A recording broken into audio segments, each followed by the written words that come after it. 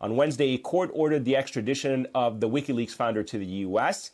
That decision comes over a year after a different court actually blocked extradition, citing a high risk of suicide if Assange was held in solitary confinement in a U.S. prison.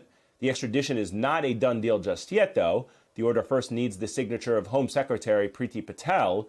Of course, regardless of what Patel does, Assange is able to appeal the decision, dragging this years-long case on even longer. Now, Assange is wanted in the U.S. on 18 criminal charges under the Espionage Act in connection with obtaining and publishing classified government documents about the wars in Afghanistan and Iraq in 2010. If convicted, he could face up to 175 years in prison. Joining me now is Stella Assange, wife of Julian Assange. Stella, it's great to have you on the show. Thank you so much for making time for us. First of all, how are you and your husband doing in light of this decision? Have you been able to speak with him since the court's decision? Well, yes, I speak to him regularly, and obviously we're very concerned about the British court's lack of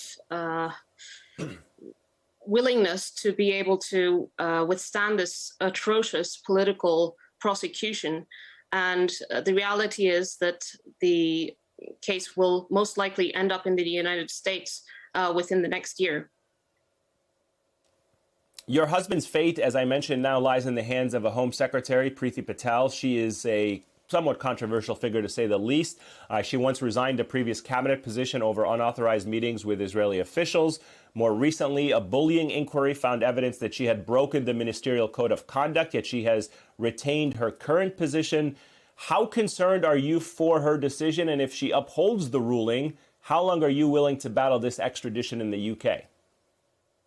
Look, there are still avenues for appeal, but the fact is that the US-UK extradition treaty is heavily weighted in favor of the US. There's no prima facie evidence required. So basically what US prosecutors say is what the UK courts accept, and there are very limited grounds on which we're able to stop that case. And indeed, Julian was successful at the first instance, but then there was a political intervention in the form of assurances, so-called assurances, from the US government, and the UK government accepted those assurances, and the court affirmed that acceptance. So the fact is that this case, which is a devastating attack on press freedom and will be devastating for the health of US democracy, is coming to the US. And the First Amendment hangs in the balance. The US is seeking Julian's extradition for receiving and possessing and publishing information that was true, that was in the public interest, that documented war crimes, and which all press freedom groups say is journalistic activity, and that the US government is in fact criminalizing journalistic activity through this prosecution. Yeah, and I just want to be clear on this for a moment, because as you brought up these assurances, in January 2021, you had a UK magistrates court ruling that found Julian Assange could not be extradited because it would be, quote, oppressive by reason of his mental health. The High Court actually overturned that decision in December, saying Assange could be extradited on the basis of assurances given by the US government about his treatment there. I want to know what you think. How much do you actually trust the assurances by the US government?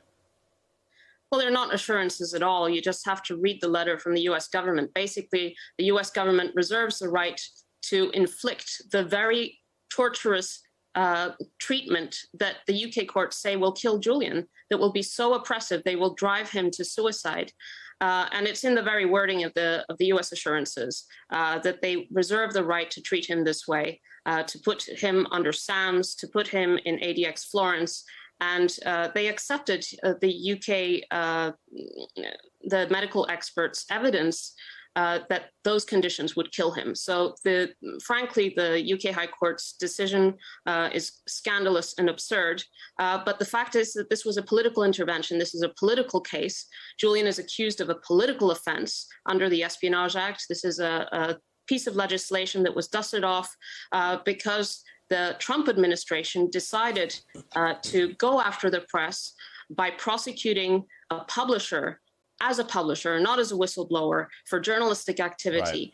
There's unanimous condemnation. The CPJ published a report a few months ago saying that this is one of the major challenges that the Biden administration should correct. It should drop this prosecution. And every free speech and free press organization is unanimous on this point. This case has to be closed.